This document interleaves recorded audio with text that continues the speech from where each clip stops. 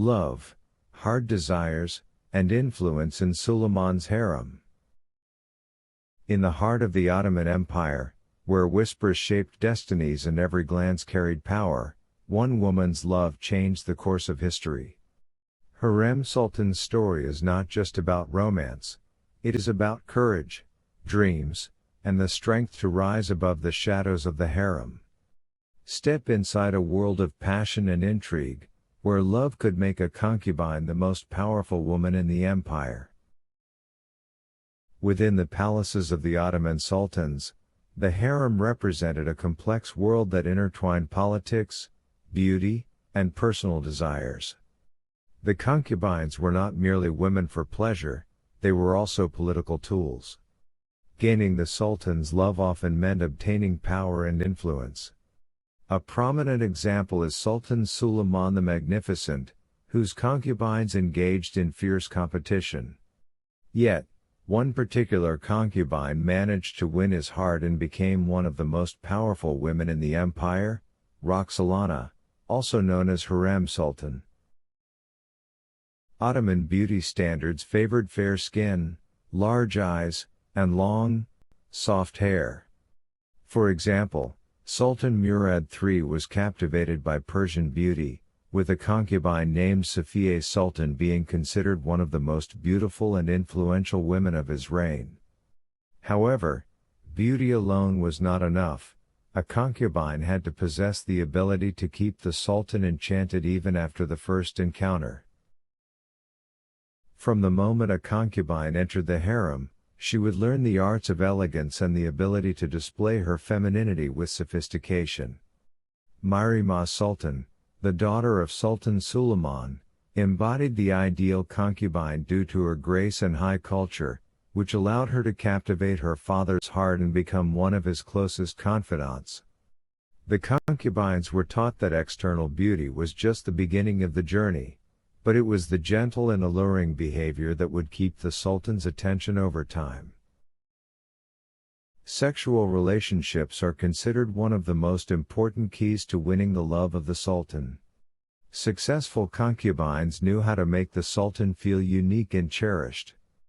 Hürrem Sultan, for example, was known for her mastery of the arts of seduction. She not only focused on the physical moments but also made Sultan Suleiman feel special and loved every time he spent time with her. One of the things that distinguished successful concubines from others was their ability to bring variety to intimate relationships. The Sultan, who had dozens of concubines, was always seeking renewal and excitement. Sultan Ahmed I was particularly drawn to Kosum Sultan because of her ability to provide diverse experiences, which made her stand out from the other concubines and allowed her to become one of the most powerful women in the harem. In addition to physical intimacy, the most influential concubines were those who understood how to build an emotional connection with the sultan.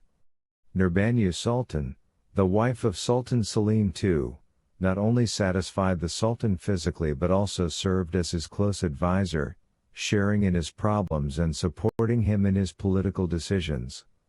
This emotional intelligence allowed her to maintain a lasting status even after the sultan's death. As a concubine succeeded in attracting the sultan's attention, competition and intrigues within the harem intensified. Successful concubines had to learn how to stay away from the traps set for them. Safiye Sultan, although she was the favorite of Sultan Murad III, faced numerous plots from other concubines, but she was clever enough to build alliances within the harem to protect herself. Eunuchs were among the most influential figures in the lives of the concubines within the harem, controlling access to the sultan. Concubines who gained the trust of the eunuchs had better opportunities to meet the sultan. Kosum Sultan formed a strong relationship with the chief eunuch, which helped her maintain her prominence for a long time, as the eunuchs assisted in arranging her meetings with the sultan. If a concubine bore a child for the sultan, especially if it was an heir, her status would become firmly established.